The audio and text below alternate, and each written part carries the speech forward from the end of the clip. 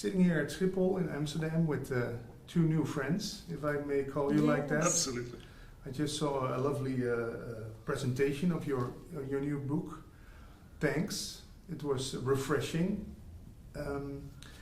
I wrote down some questions. I don't know where I have them, but my first question was, what is a depression? Can you sum it up in a couple of sentences before we go into depth? Yeah, depression is a habit of emotional shutdown. It's predicated on an emotional collapse. We all avoid emotions, particularly strong emotions, in some way or other. And with depression, our habit of avoidance is to turn inwards, to numb out, to self-narcotize, to try and hide in order to protect ourselves from the strongest emotions. And that becomes a habit that's self-sustaining and leads to a whole pattern of shutdown. That's essentially what depression is. You just said in your talk it's not an illness. Correct. I can imagine that some people They'd be argue shocked with to that. hear that. Yeah, depression can cause illness, no doubt, because if you shut down emotionally, if you blank out the normal ups and downs of the emotional ride of life, it can be suppressing to many of the body's systems and can cause illness. But depression itself is not an illness. It can cause it, but not an illness. Same with mental illness. Depression can cause mental illness, but that's not essentially what it is. What it is a habit or pattern of emotional closure that then becomes self-sustaining and leads us into feeling, anything from blue to desperate and suicidal in life. So there's also not such thing as a depressed person. Is that just a mask we wear, or? Oh. Hello. Okay. Well, I was expecting you to answer. Yeah. So, I'm opening with the question. yeah, no, I would agree that people aren't their conditions, and that depression, in my direct living experience, is not only a suppression of emotion and a shutdown to emotion, but the effect of shutting down emotionally then affects our performance at work, our performance at home as parents, it affects us in our relationship, it affects that emotional closure, affects even our performance in intimacy and sexuality. And so that emotional shutdown has a biochemical reaction in the body that can have the effect of putting a blanket over our lives. And are we our blanket? No. There's a blanket happening, but we are not that. And so are people depressed? Well, they can experience having this blanket of shutdown in their lives, but they are not the depression. I have a father who is addicted to temazepam, the pills you Right. used to take. Yes. And you feel so helpless, eh? You want to shake someone and say, stop taking that rubbish. Yeah. What is the right way to handle someone who thinks he's depressed, who acts like depressed someone? People tell me just be loving to him. That's the only thing you can do. Any more advice how to approach someone? If you allow me a little promotion, give him the book and see if anything in there resonates with him. I think with anyone with depression, you can't force yourself on them. You can't intervene too directly because you're going to get some blowback. You're going to get resistance. Maybe a well-placed book can help allow him to see some of the patterns that he's running unconsciously and allow him to wake up to some different alternatives. The painful fact is that unless someone is willing to look inside themselves, there is nothing much any of us on the outside can do to affect that. So if someone is reconciled in their addiction, if they don't want to create change, if they're not willing to take some responsibility and to open emotionally to face what might be there, there is nothing anyone else can do. We can just be loving and tolerant at best, but we can't effect any change in someone else. So whatever you do, be gentle with it. Make a few suggestions, and give plenty of space. Space. For them to live the way they're living, for their karma to play out, and for them to come to a place in themselves eventually, hopefully, where they're willing to look inside and go, okay, it's enough of this, I'm willing to try something different. But they have to come to that decision in themselves. We can't thrust it upon anyone. In the meantime, I see my mother suffering with him. Sure. What's the effect of a depressed person, let's call it that, on... Yeah, it has its effect Sure. on the surroundings, on the family. Sure. So it frustrates me to see that the happiness of my mother also decays. Course. Yeah, I mean, for her, I would also recommend her reading the book and using the work for herself, because it can only help her come home to a sense of peace inside of herself and wholeness, and feel compassion when she recognizes in him the patterns that are laid out so simply and clearly in the book.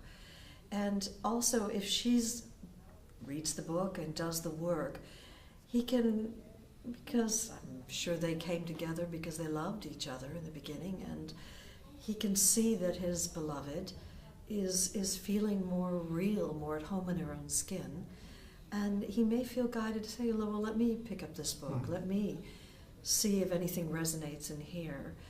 I mean, I truly do feel that any work where someone is going to have to go inside themselves to unearth what's stored there, to release it, to let it go, to forgive, to understand, it has to come from that impetus within the self for a change. Now, usually when someone's had depression long enough, it's painful enough that they hit rock bottom. And then there's a way, they don't know where to turn to get an answer because nothing they've tried works. So I would give the book to your mother, and she can only benefit from the work, which is very deeply healing and brings you to a sense of wholeness in yourself. And then she can even say, hey, this book helped me, maybe I don't know if it'll work for you. Why don't you read it, see if it resonates? But this gentle touch that you were advised, I think is a good advice, to have a gentleness about it, because if you try to push someone into anything, they either dig their heels in or they'll run from you, know. I feel that with emotional work, people have to come to it because their own heart, their soul wants what's on offer. Greatly pointed, thank you. So the book is not for someone who is depressed only. It's also for coaches, teachers, someone who rides the bus. You don't have to be depressed to need. No, that's for sure. If depression touches your life in any way with those you love, or if you experience stress or anxiety or burnout, the same basic principles apply here. And of course, if you're suffering from depression directly, then the work in the book is really tailor-made to get to the root causes of that and to heal at the deepest level.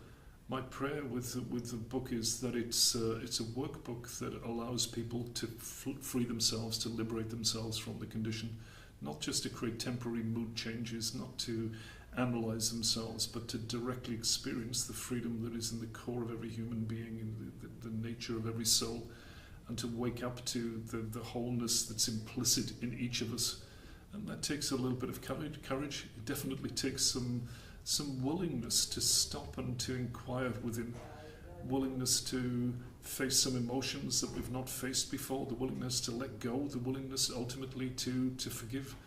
And those things are massively, massively healing in life. Yeah. I haven't heard you, I heard you mention the word ego once in your talk. Yeah. Is ego the boogeyman? Is it the thing to get rid of? Or is it, what is ego to you guys? Oh my God. Well, that's a big topic. I mean, we give all seminars that are 8 days long on this very thing, and then I give another one that's 11 days long. And yes, so but is it a bad thing, ego? Let me ask the question. It's what happens. It's said that we are born in this life, and well, at least science says, that when we're first born as an infant, we experience ourselves as this omnipresence of awareness, where there's a peace that is pervading all of existence. And even when Mother's hand comes before our eyes, we experience Mother's hand as being part of ourselves in this oneness, this field of oneness. And unfortunately, through the course of life's natural pains and trials, this awareness of our infinite nature gets covered over with a series of shutdowns and limitations and painful experiences, and we lose sight of the truth of who we are. And then what the journey allows you to do is to crack through this false identity. So let's call that the ego. Mm-hmm. This is the ego is really a protection device where we take up residence in this false notion of false self and then come to believe that's who we are. And what the journey does is it takes you down through the layers of the lies, the shutdowns, the strategies for defending yourself, and you eventually open into that essential nature that you came in as, the freedom that is here, the love that is your nature. And if you have happened, what's happening with us is you fall so in love with the truth inside yourself that you will do anything to clear whatever obscures you, blocks you, holds you back, shuts you down, so that the truth of who you are can live your life. So, yes, the journey is about freedom to be who you truly are in your essence, which is that infinite awareness that you came in as. And it just gives you the tools to clear the lies that we've all of us bought into. The lies about who we are. Yes. I'm a man, I'm 44 years old, I'm bold, I'm overweight. Yes. Yeah, but I think I've been to that place where all those things don't matter anymore. But is there then still something to grab onto? Can I define myself then, or am I then infinite? No, truth is not definable. When you awaken to the truth of who you really are, there is no landing place, there's no thing to reach for, there is no place that you can project expectations from. There's just the immutable truth of, I would say even the who, the what is prior to the donning of the robes, prior to the masks, you used the word mask earlier on, prior to the lies, prior to the veils, prior to the pretenses, prior to the identification as somebody, as something, prior to all that is an absolute freedom that is not definable. You start smiling when you talk about Oh, that. I love it. I love it. How come you love it? Because I fell into that realization 20 odd years ago, and it's been the nourishing context in which my life has taken place since that time. And in that realization, life takes place, shit hits the fan, ups and downs occur, emotions come and go, crises happen and flare up and disappear, and yet I recognize the truth of what is untouched by any of life's circumstance. And that is the most extraordinary realization of this life stream. I heard you talk about grace with another interviewer. Yes. Yeah. It's a beautiful word. I'm still flabbergasted by this saying in non-duality Advaita that all those things just come through you, or they are created with you. How does this book, does it feel like you both wrote it, or did it just appear? How does that work? A recognition first arose with me that there was an impulse to write the book, that there was a need for it, and there was an urge, yes, I suppose, something like that, definitely an impulse. And then sitting down and putting out prayers that the book would be written with the highest and best purpose and would serve people. and then a letting go of the prayer and literally just watching what arose and got written. And so sometimes emotional, sometimes revealing things that my thinking mind didn't know but made sense. Yeah. Sometimes not even knowing what was being written on a page until I went back and read through it. So like this, I mean, Brendan described it earlier on as a download, and I mean, I'm not sure I would use that exact word, but something like that. It felt like being used by life to give birth to something fresh, something new. And what I've recognized is the more that I get out of the way and allow emptiness to be the guide, to be the scribe, the more interesting, the more valuable it appears. What ends up on paper turns out to be. The more I get in the way, the more it's sticky and difficult and writer's block. It's a stressful way to write it. So just sitting, opening, letting go, and letting the prayer take whatever shape it will take. And then just almost like automatic writing. It's an You call it a prayer? experience. Prayer, yeah. How come? By prayer, I think of sitting like this and praying for sunshine tomorrow. You call a book a prayer. Yeah, it rose from a prayer to reach out to people and to offer the alternative that freedom is available from a lot of conditions that are considered to be essentially manageable but not treatable. So that impulse, if you like, so the impulse, for me, an impulse, when it comes up through the body and you just let go, I would describe that as a prayer. I'm not sitting there going like this, dear God, I'm just allowing an impulse to upwell and to take flight. Yeah. That. So it's not about visualization here about? Or No, it's about recognizing whatever energy and impulse is coming up from within, recognizing that unmanifest energy wants to manifest in a particular way and giving it free rein to manifest as it will. Yeah. You talk about the journey. Uh-huh. I heard you just say a couple of minutes ago that you do the journey also quite often still in a month. Yes, I do it every week. Every week? Every week, while I'm on tour. And what comes up then? We all of us have cell memories. In the spiritual world, they would call them samskaras or vasanas, karmic imprints stored inside the body. And in fact, in our Western society world, we know that science says when you feel a strong emotion and you repress it, it actually releases a quantifiable biochemistry into the bloodstream, which will go to certain cell receptors and block them. And if over time illness happens, it happens where the cells are blocked. And conversely, what's also known to be true is when we feel our emotions openly and freely like a child does, naturally, our cell receptors remain open and they can watch this in a laboratory. And so what the journey guides you to do is to open into this infinite intelligence, the part of you that makes your heart beat and your eyes shine and your hair grow. And it's at that deepest level of being you're guided to certain locations inside the body.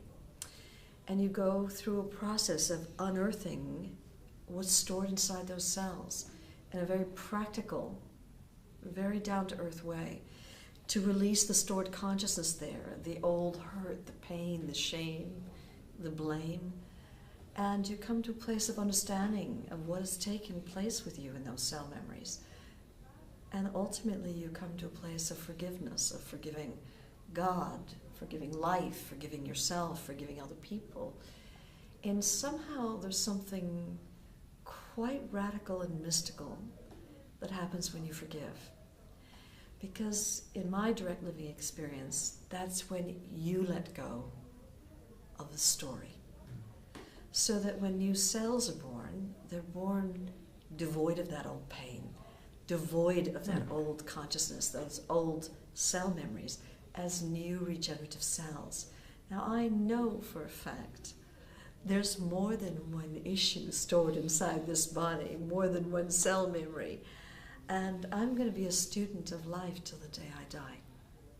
And I feel it's a privilege to clear whatever holds me back, whatever obscures me, whatever shuts me down on any level of being, so that this radiant love that is all of our essence can live our life. And one of the things I've experienced, even though this freedom was realized many, many years ago,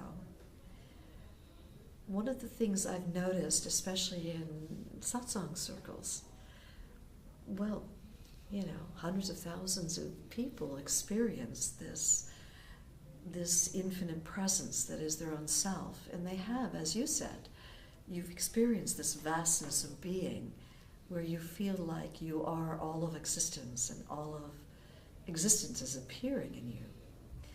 And yet with these cell memories, these karmic imprints, these vasanas, these samskaras, to me, if freedom is clear water, it's like taking food dye and pouring it into the clear water of freedom. And then satsang is offered, and it's tainted or filtered through the unmet issues of the ego, through the unmet vasanas and samskaras that the people who are offering satsang have not yet woken up to exist inside. And so I feel I wouldn't have any right to stand on stage, honestly, unless I'm constantly clearing whatever obscures this freedom. Because freedom is who we all are. And yet the body carries a lot of baggage. And what the journey enables you to do is, first of all, wake up to your own enlightened awareness, to the infinite nature, but also to clear these unmet issues so that there's a deepening in the realization. And so I called it the journey because it is a journey. It's not like you wake up and that's the end of it. It's like you wake up and that's the beginning of it. And you spend the rest of your life clearing anything that might taint the waters of freedom, so that this freedom that is your essence can be expressed more wholly, more freely, more truly, more purely. And you could say you don't have that much wrinkles, it also shines through you. Also someone like Eckhart Tolle, if you hear his age, you think, huh? It almost looks like time stops then when you do this. Or because I just heard both of you past 60. Yes. I'm 65. Yeah, I can put you next to people who are 55 and they look 10 more years older than you. Right. So, well, we love hearing this. I think after you've turned 60 years, But after you've turned 60, you say, thank you, I love hearing this. But it's also a biochemical thing that your body starts shining again. Or Yes, it is true. Yeah. It is true. But for me, it is a constant journey. And I never, ever want to be so arrogant again, to say I've got it all handled. You know, that is a supreme arrogance. And my direct living experience is this is a mystery that will never be known. I will never fathom the depth or understand it even.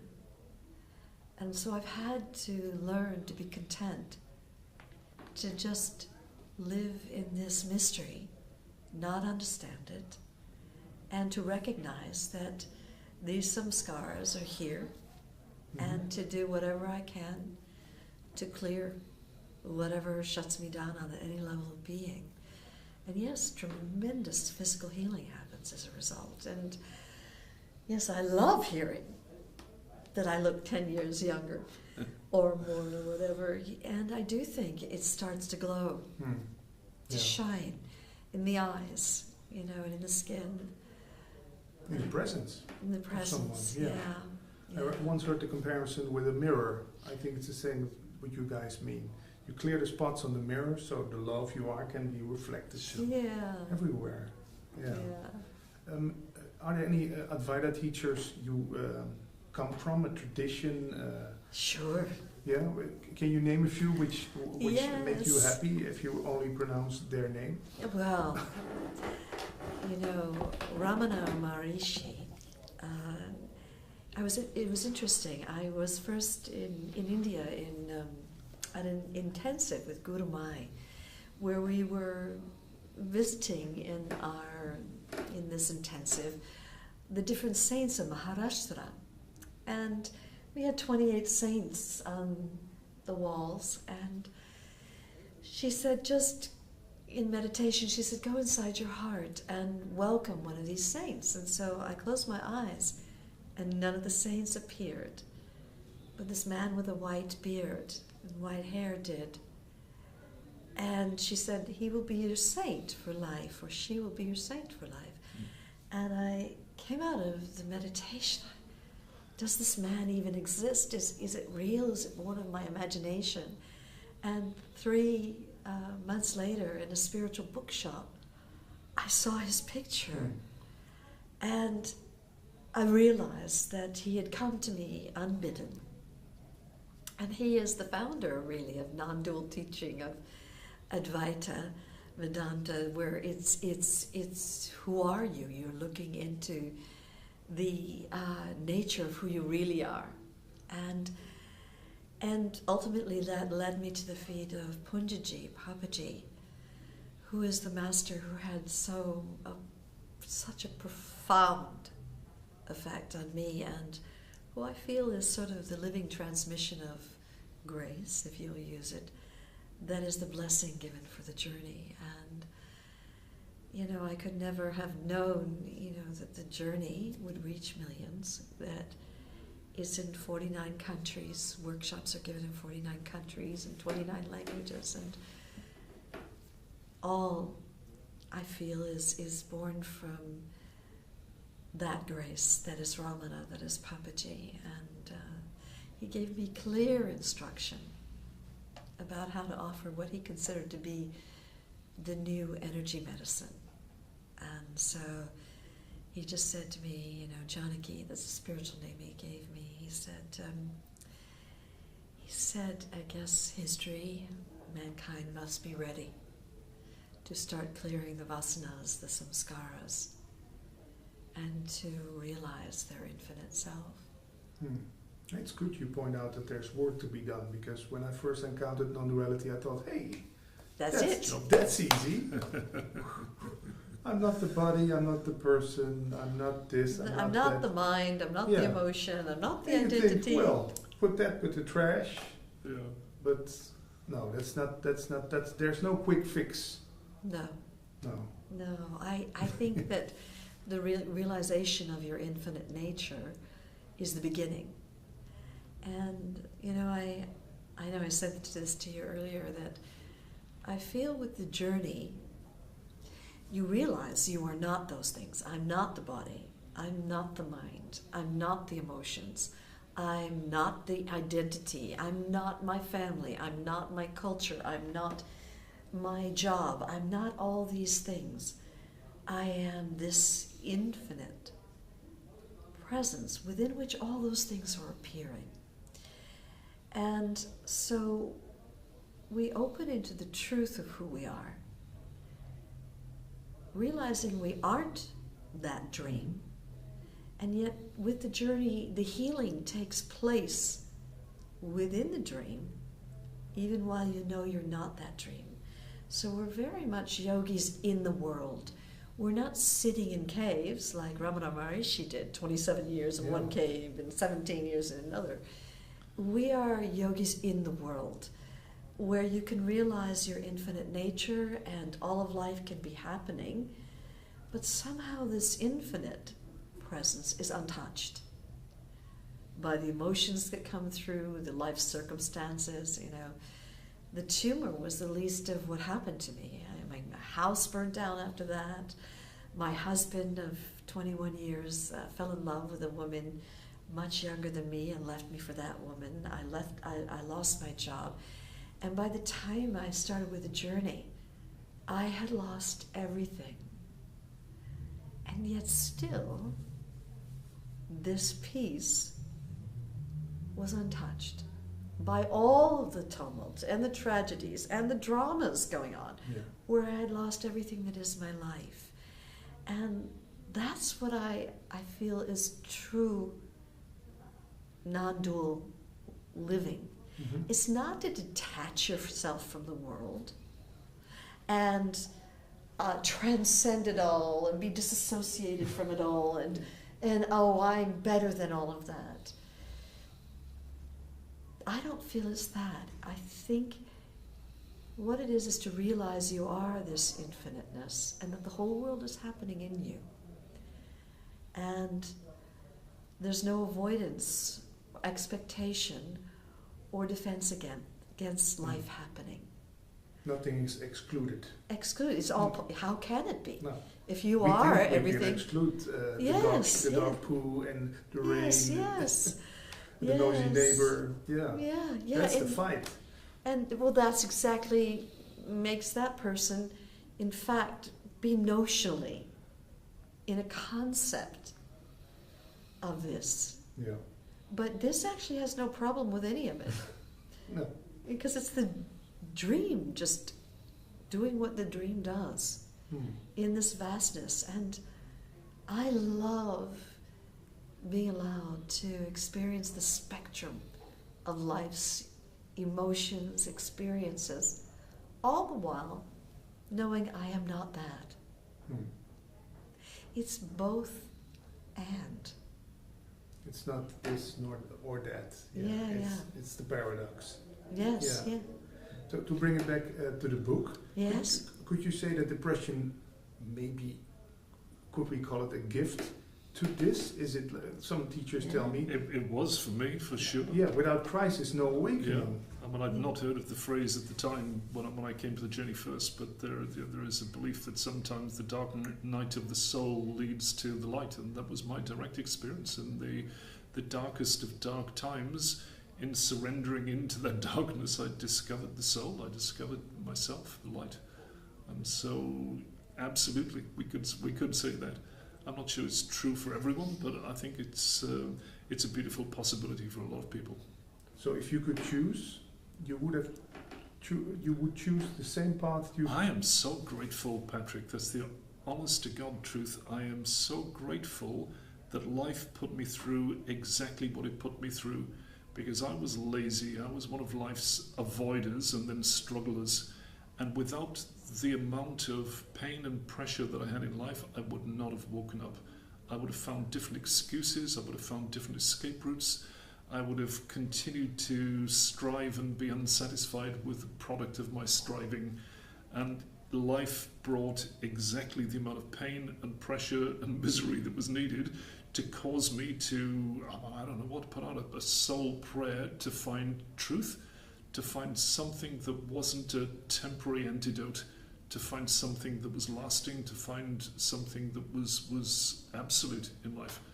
And so I thank God, life, universe for experiencing depression, because it caused me, catalyzed me to wake up and live an entirely different and very blessed life. Yeah, greatly said. One final question about emotions. I once read in a book, and I don't know if you agree, energy in motion, emotion. Is that just what it is? It's just like a wave of wind that goes through your system, or? It can be that way. I think it's a little bit of a trite way to explain it. I think we've so many beliefs around emotions that create the appearance of an emotion being something when it's really not. It's not a thing. It's a biochemical shift that takes place in the body. Some of it can hurt, some of it can cause us bliss. And I think there are two things here. One is to realize that any emotion fully felt will lead you directly into an experience of the infinite. And the second, then when you realize that, is no emotion can own you, because who you are, what you are, is untouched by any emotional storm. And so either way, there's a benefit if you stop to directly experience, to tell the deepest truth about what that experience actually is, and to tell the deepest truth about who is experiencing. and what is untouched by any experience. So we don't have to get rid of emotions. Sure. No. No, We please don't don't. have to park them somewhere. No, please don't do that either. We don't have to meditate them away. Indeed not. No. Just feel. Just be. Yes. Just be. To allow feeling or not feeling. Okay, so when I don't want to feel my emotions, I get depressed. That's what I learned from you. Well, when you use strategies to manipulate or manage emotions, you're going to end up in pain long term, some way or other. And if you collapse in on those emotions, if you turn inwards and shroud yourself against them, it can lead to depression for sure.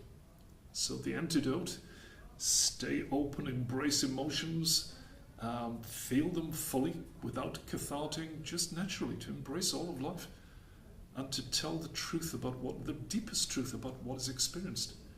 That truth is shockingly liberating. It's never what we imagine it to be.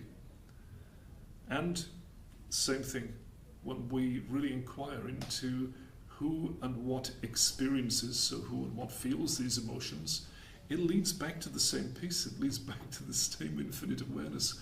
So massive joke that is a blessing and a treat to wake up to. Yeah. Did you experience tinnitus when you were depressed, or I experienced a whole host of stuff. that is away now? Yes, I Headaches. experienced all sorts. Yeah. I mean, I became very physically dysfunctional at the worst of it. Was in huge physical pain. At times it felt like my body was plugged into the electric mains. It was really, desperately painful. Yeah. I was overwhelmed by life, not functional. Couldn't speak coherently, couldn't answer a question with a whole sentence. Like this, it was pretty extreme when it was at its worst. And that disappeared from doing Journeywork. And I've lived a pretty functional, generally positive, fulfilled, wholesome life. I've lived an entirely different life than I ever imagined was possible. And of course, in that, the shit hits the fan, the crises occur, the emotions are spiked, and my reaction is very different from what it used to be. So I just stay open, recognizing this too. This is just emotion. Be with it, sit with it, open with it, let it pass. Yeah, and you emphasized during the talk that feeling emotions is not about expressing emotions. It's very different. Not about yelling at your wife or your neighbor or in the car, in the road rage. Yeah, that's turning emotion into a behavior. What we experience is if you just sit and surrender to emotions in quietude, you don't need to make a fuss about it. You don't need to blame anyone else for them. Just stop the story that the emotions will take you deeply into the truth of yourself. So nothing to be afraid of. Well, fear is allowed, so fear would be another emotion. So yes, fear is welcome in it as well. Okay, so I get ultimately, nothing to be worried about for sure. I once thought, depression is maybe just for those intelligent people who have so much capacity to think about things and to deep dive into and ask questions nobody asks. Do you think depression has anything to do with intelligence? I don't, Patrick. No, I've No? experienced people with relatively low IQ with depression and people with very high IQ with depression. I think it's born from a conditioned impulse to avoid emotions by collapsing, by shrouding, by turning in and hiding from life or cocooning ourselves from life. And that doesn't take intelligence, it takes some conditioned imprinting. So I think that the condition is one that can affect pretty much anyone. Still, I haven't heard of a farmer with a depression. For sure. Yeah. Absolutely. I go up to Sweden and they have Yes, huge depression up And there. people who work in nature. Yes, Okay. yes. Yeah. People who work in nature and because there's this feelingness that there's more to life, and they can't get access to it somehow. And even though they're working with their hands and in nature, which in and of itself is very fulfilling, that there's a feelingness internally of there's something more. and I don't know how to get access to it. And it can create a feelingness of pointlessness and not understanding. And so for sure, we work with people from all walks of life, and all ages. And doesn't matter whether you work in nature, don't work in nature. It's not about background. It's not about religion. Education. No. Could we sum it up then that it's because the lie that I'm a person gets so, how do you call it? You feel it feels like a jacket. What doesn't fit anymore.